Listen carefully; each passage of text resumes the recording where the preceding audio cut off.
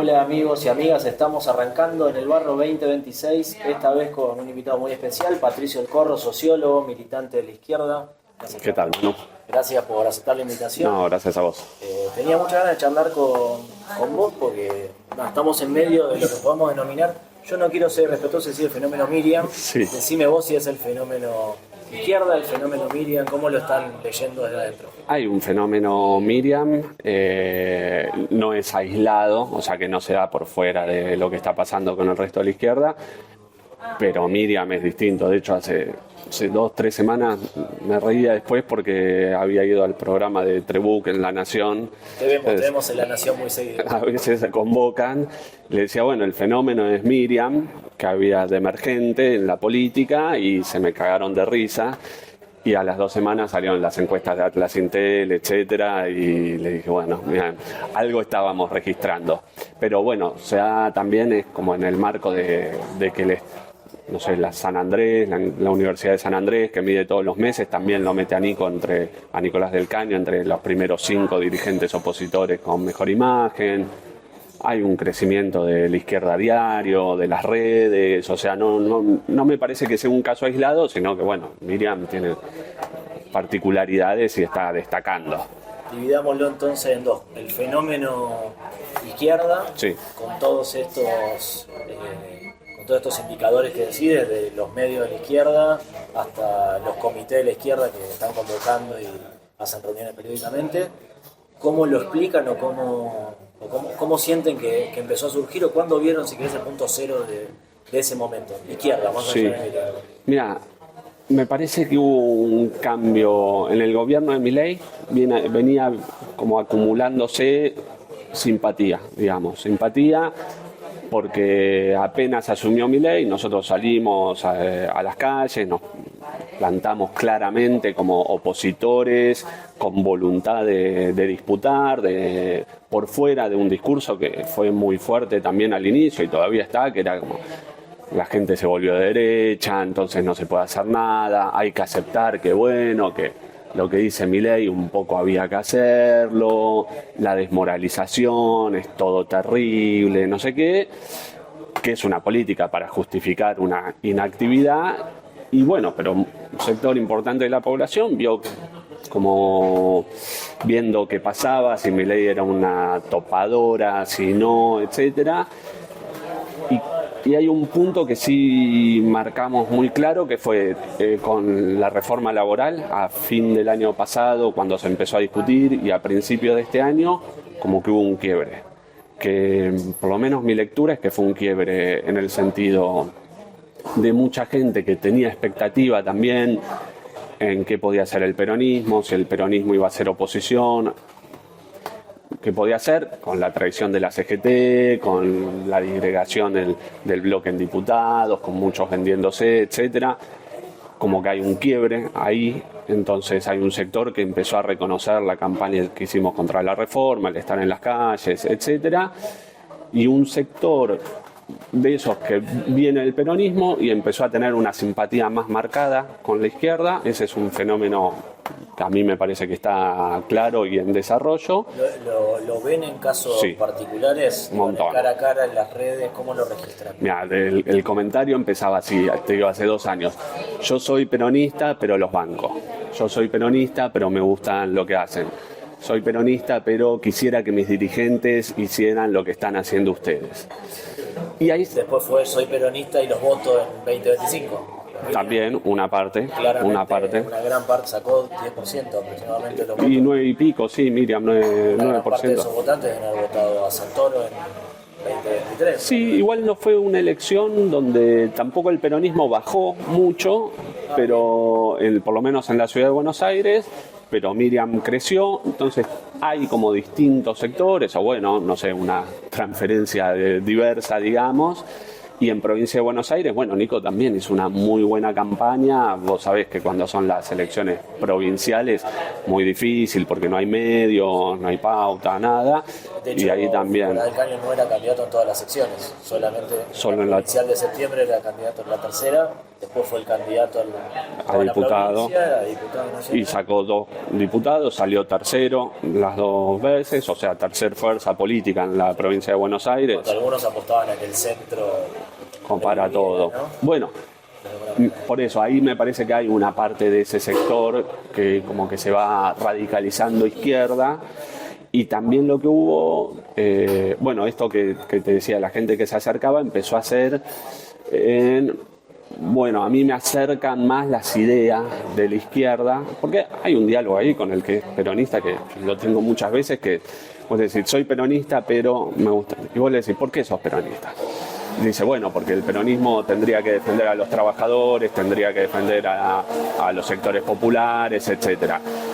Cuando ve que no pasa eso y ve un peronismo que dice, bueno, hay que defender a los empresarios, la clave es la industria nacional, y vos decís, bueno, FATE está cerrando. O sea, ¿cuál es tu idea de empresariado nacional que puede ser la otra pata del peronismo? No existe eso hoy. Y el peronismo hoy no está jugando a ser una fuerza que representa a los trabajadores diciendo, no me importan otras alternativas. A mí me parece interesante porque hay muchos lugares en el mundo donde se están dando fenómenos que es de una vuelta a identificarse con una identidad de clase. ¿Qué está pasando con una clase trabajadora? Que obviamente no es la misma que a principios del siglo XX, está más fragmentada, está precarizada, pero incluso hoy gran parte de los profesionales son o somos asalariados, digamos, por eso los monotributistas o bueno, o con trabajos precarios o freelance, totalmente.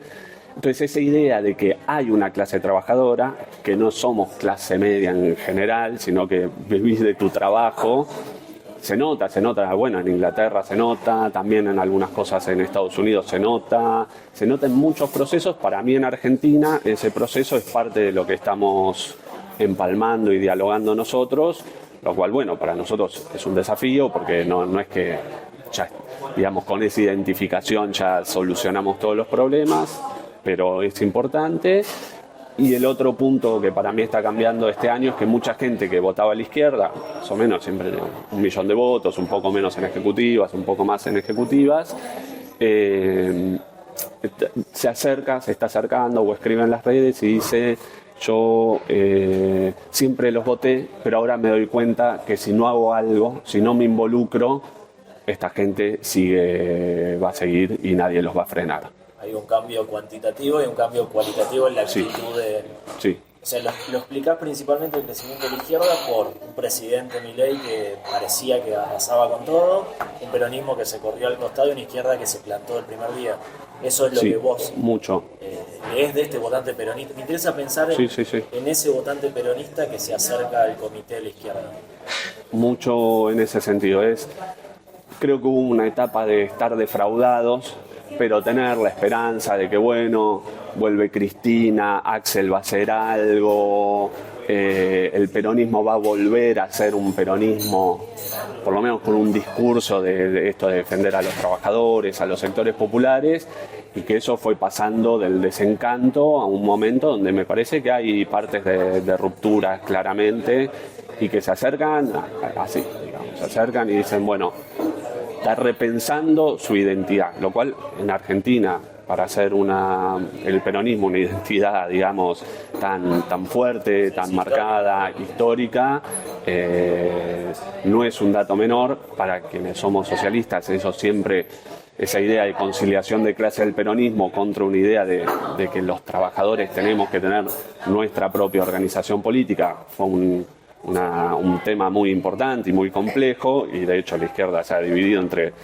no tener ningún diálogo o ser parte del peronismo. Todas terminaron mal, y que ahora eso está, que el peronismo obviamente lo ayuda, porque Cristina o el kirchnerismo peleándose con Axel, o Axel diciendo, bueno, yo puedo ofrecer otra cosa, pero En la provincia de Buenos Aires los docentes están mal, los trabajadores estatales están mal, hay casos como lo de Fati y no se lo ve como un defensor de los trabajadores.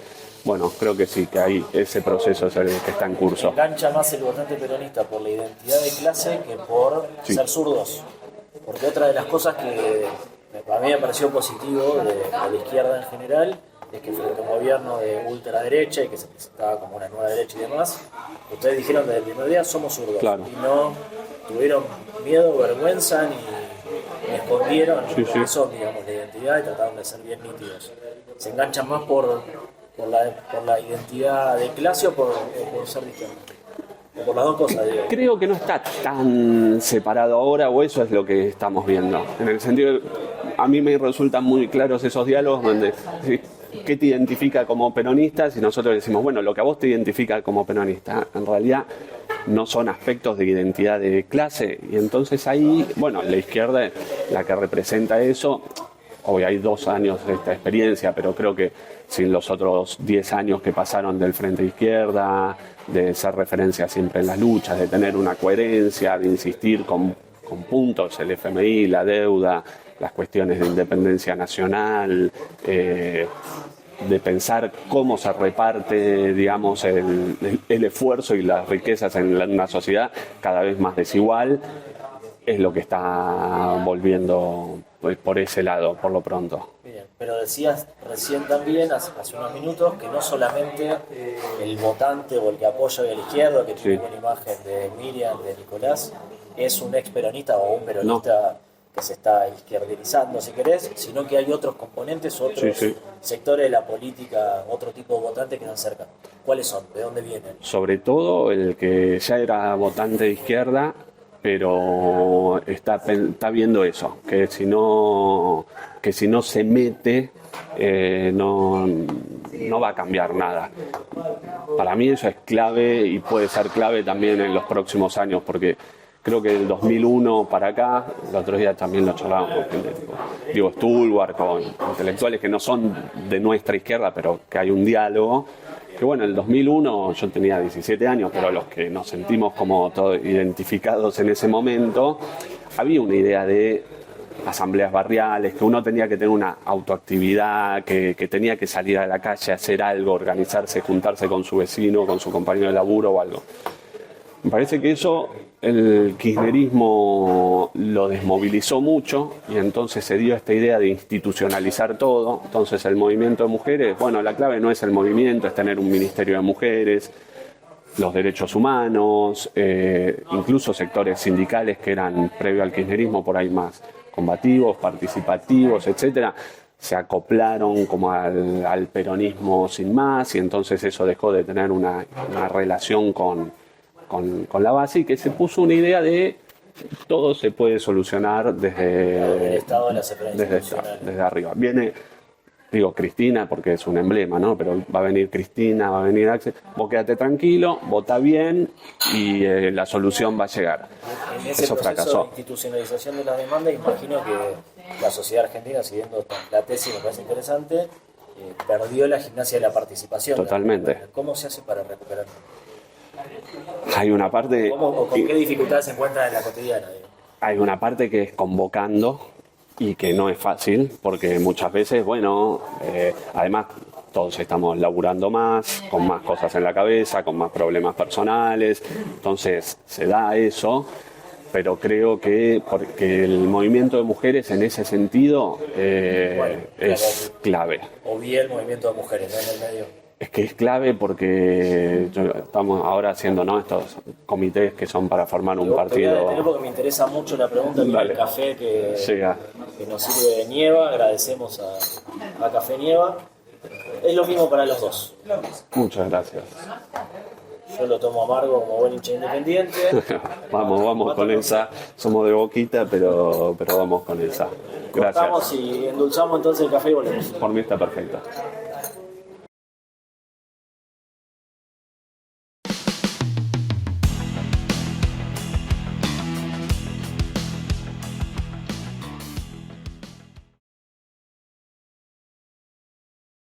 Te decía esto de la gimnasia de la participación.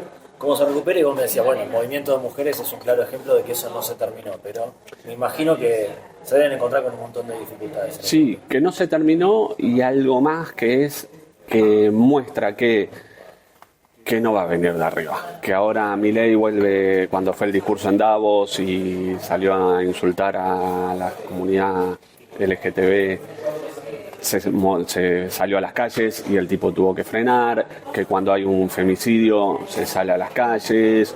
O sea que hay una cosa de organización que no te lo va a suplantar a alguien que viene de arriba. Entonces creo que eso es clave. Y después, para mal, creo que también la propia experiencia. Hay mucha gente que en las conversaciones también que se acerca, que es lo que dice. Dice, bueno, yo me di cuenta que no es que van a frenar ahora. Y también me parece que es parte del fenómeno internacional, porque si uno ve Trump o lo que está pasando con Israel o lo que está pasando en la guerra con Irán, o Bolivia también ahora, ve la dinámica de los gobiernos de derecha y no son gobiernos que dicen, bueno, yo asumo, te quito un 10% del salario y esas son las reglas de la pared. Y la empezás a remar un poquito y entonces uno tiene la esperanza de que en 2-3 años vuelva a toda la normalidad, sino que hoy te quito el 20% del salario, pero mañana te hago reforma laboral y pasado... No, y en el medio se insulta encima, ¿no? Totalmente. Eso también yo lo veo en los estudios, sobre todo de opinión pública, la indignación que genera en una parte de la sociedad. Totalmente. Y entonces esa idea de que es gente que viene por todo, o sea, que no es un golpecito, sino que te viene a romper la cabeza, genera esta idea de, bueno, sí, si yo no hago algo, estoy al horno. Los dirigentes solo no pueden. No pueden, o no son, o hay que cambiarlos, o no alcanzan. Entonces, creo que eso todavía, o sea, no, porque no sigue habiendo pasividad.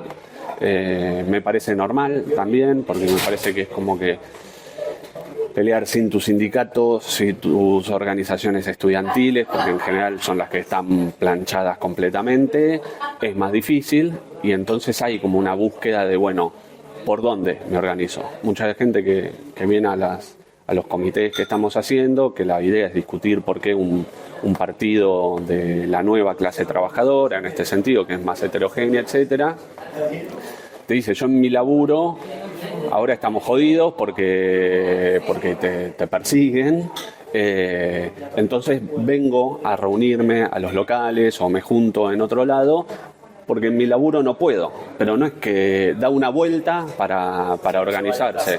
No se va a la casa, o estuvo en la casa un rato y ahora está cambiando. ¿Cómo es en términos anímicos, digo, al que se acerca? Más allá de la expectativa que puede generar la propia izquierda, Miriam, Nicolás, lo que sea, pero digo, ¿cómo llegan al comité? Con bastantes ganas de hacer algo y determinación. Me parece uno de los puntos clave también de la... No con la cabeza gacha, no.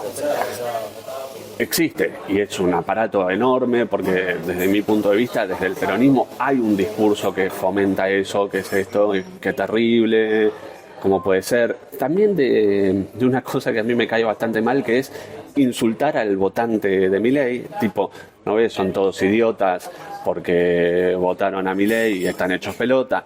Entonces es un no diálogo, porque si toda la gente es idiota y vos, tus referentes, están peleando entre sí mientras el otro Milei sigue avanzando con sus planes, no sé, es como un terreno de sazón total, no te queda nada, digamos.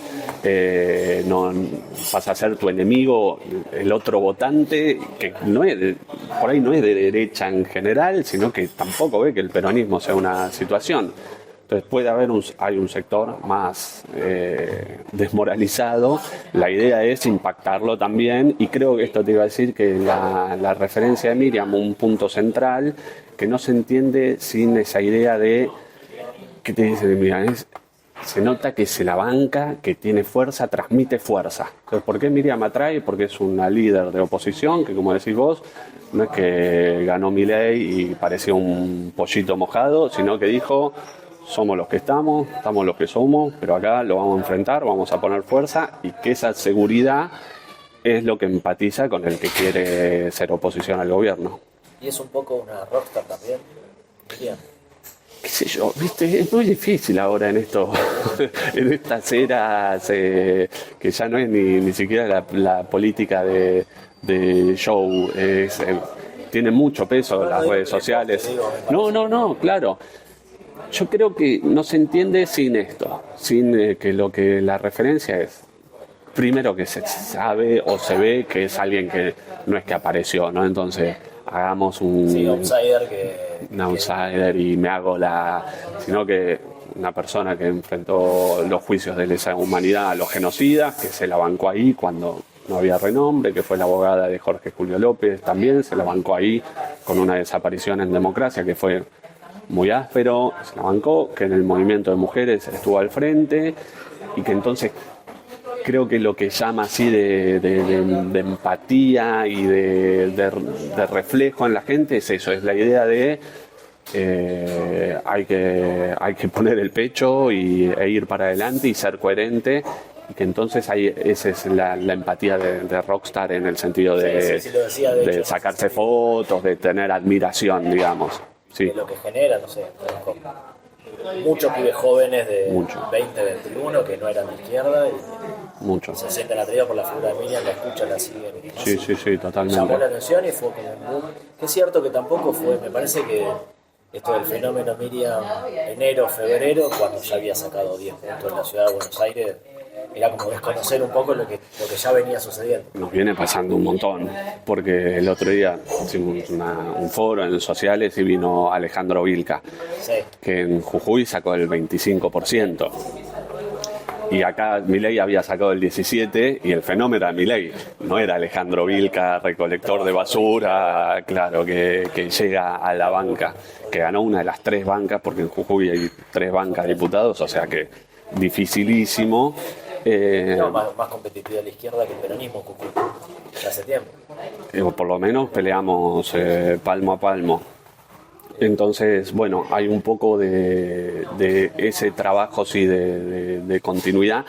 Ahora creo que contrasta también con eso, con una situación que el gobierno mantiene los ataques y un peronismo que, no sé, si tu plan, digamos, es decir, bueno, espero a ver qué pasa con el peronismo, es como que está jodido. No sé si preguntarte por el peronismo, más te quiero preguntar. No hay problema, sí. Pero no te voy a preguntar por el peronismo. ¿Cómo se imaginan de cara al año que viene? ¿Imaginan una izquierda competitiva? ¿Imaginan una izquierda que puede ganar? ¿Está en los planes que pueda ganar una elección? ¿Se imaginan gobierno, digo, a nivel nacional, un gobierno de la ciudad de Buenos Aires?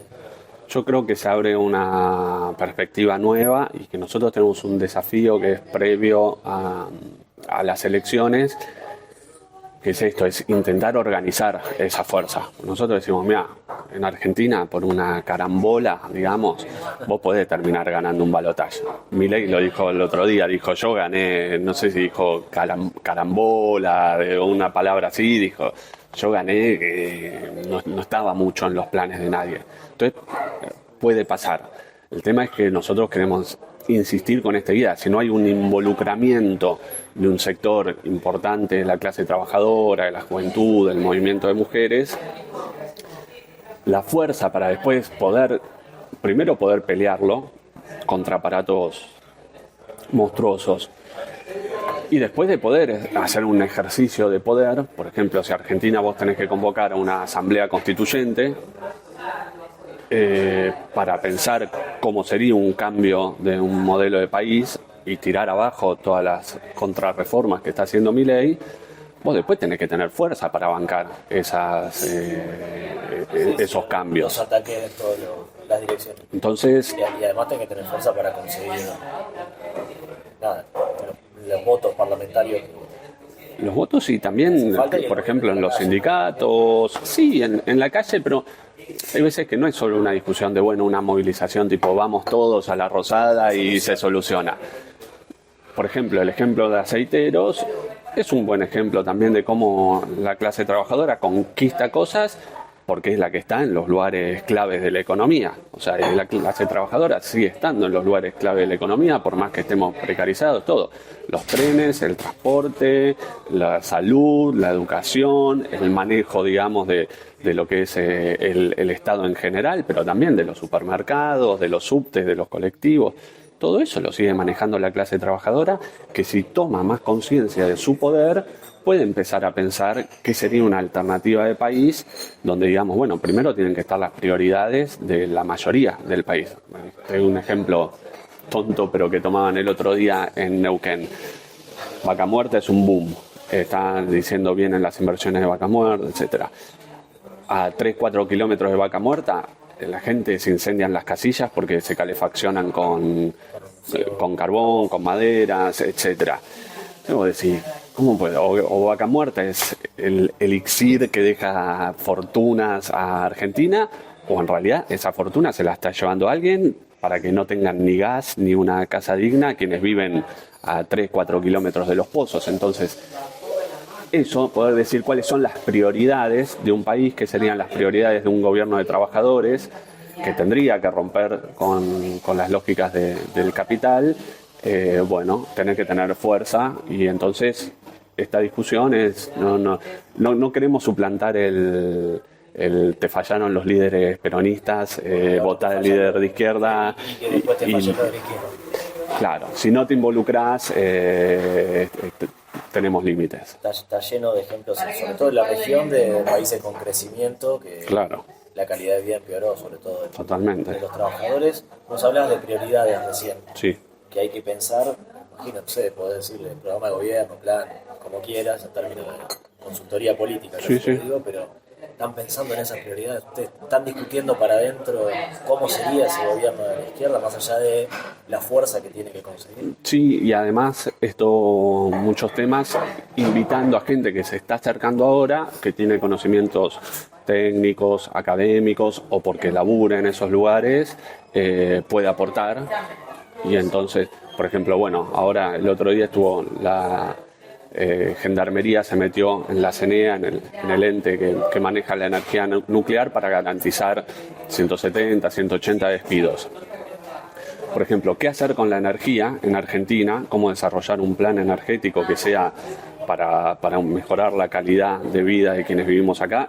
Y ver si se exporta algo, para qué se usan esos recursos. Por ejemplo, cuando vos vas a destruir un lugar, si tiene sentido destruirlo para que una empresa se fugue esa plata o puede ir para otros medios. Es una discusión clave. La otra que es clave, que tampoco se le da mucha bola, pero está ahí, decimos la hidrovía. Está todo el mundo hablando de quién gana de nuevo la hidrovía o no, que es por donde salen gran parte de las exportaciones. Y entonces eso, ¿por qué no lo pueden discutir los trabajadores portuarios, los que habitan en la zona de Rosario, de Santa Fe, de las provincias? Entonces, esos puntos son puntos que estamos discutiendo con otros, como por ejemplo vivienda o transporte, son puntos que se van a estallar en algún momento, son puntos que estamos trabajando. De nuevo, no como un plan de gobierno en el sentido de, como decía Sturzenegger, yo tengo el mamotreto, asumo y hago esto, sino decir, empezar a hacer ese ejercicio de cómo se podría planificar el país de otra manera. Y hacer ese ejercicio con la gente, con los sectores de las universidades, de la intelectualidad, de los que trabajan en esos lugares. Ese mismo ejercicio no solo te va dando el plan de gobierno, que vos podrías empezar a discutir, sino que es una gimnasia de pensar una sociedad organizada desde abajo, digamos. Te hago la última y te agradezco por favor. la conversación. ¿Te imaginás el año que viene a Miriam TN con Bonelli que le pregunte quién va a ser su ministro de Economía? ¿Que puede pasar esa situación? Sí, totalmente. Y ahí hay una parte... ¿Imaginás una respuesta? Sí, me parece que hay equipos de trabajo muy interesantes que nosotros también, por eso, por ahí viste contra esa idea de decir, bueno, es tal persona, pero sí de armar equipos de trabajo que vayan pensando cosas, sea para las elecciones o sea porque... Para discutir el país. Para discutir el país, porque no es que el año que viene o gana Milei, lo cual va a llevar todo a crujir mucho más, porque tampoco va a querer frenar. En el medio están las elecciones en Estados Unidos, hay que ver qué pasa con Trump y cómo sigue su gobierno. Hay un sector del empresariado que tiene ya un plan que es un mileicismo sin Milei, que es apostar a un Bullrich, a un Macri. Que caiga Milei, que se fragmente el peronismo y en el medio aparezca algo. Alguien que diga, vamos a hacer lo mismo, pero no nos vamos a mandar la friqueada, claro, con buenos modales. Y un peronismo que no tiene plan, porque incluso, mira, te digo las cosas más elementales. Nadie del peronismo dice, sí, mira, yo asumo, la reforma laboral la vamos a anular. El RIGI, el super RIGI de entrega los vamos a anular. La ley base la vamos a anular. Cosas que, decir, mira, son elementales. No están pudiendo decir eso. No, de hecho, escuchás a los peronistas diciendo superávit fiscal. Eso, como diría... Un consenso nacional. Bueno, la larga marcha hacia el neoliberalismo, digamos, en el sentido de cuando a Thatcher le preguntaron su mayor triunfo y dijo Tony Blair, porque adoptó las ideas neoliberales, el peligro es que Milei tenga eso. Entonces, el mismo ejercicio de discutir otras opciones, o sea, de no decir, bueno, esto es la única alternativa, va a ser muy disruptivo, me parece. En un mundo donde además está pasando eso, digamos, no es un invento de Argentina, no es algo que está pasando en Argentina y se ve en una Latinoamérica donde son más comunes los golpes de Estado, los gobiernos más represivos, etcétera. Bueno, esas cosas ya para nosotros es un paso muy importante empezar a marcar que hay una alternativa, que no es Milei con buenos modales o el plan de Milei o buenos modales o algo, que algo estaba mal, que Milei fue el síntoma de que algo estaba mal, pero no es la solución. Y entonces empezar a discutir desde este lado. Bueno, gracias Pato. No, gracias a vos. Muchísimas gracias. Todos los días un quilombo esto, y ahora encima acampan acá. Durante años las calles fueron un caos, pero eso ahora cambió. El desorden no va más. Ahora la ley se cumple y el orden se respeta. Buenos Aires Ciudad.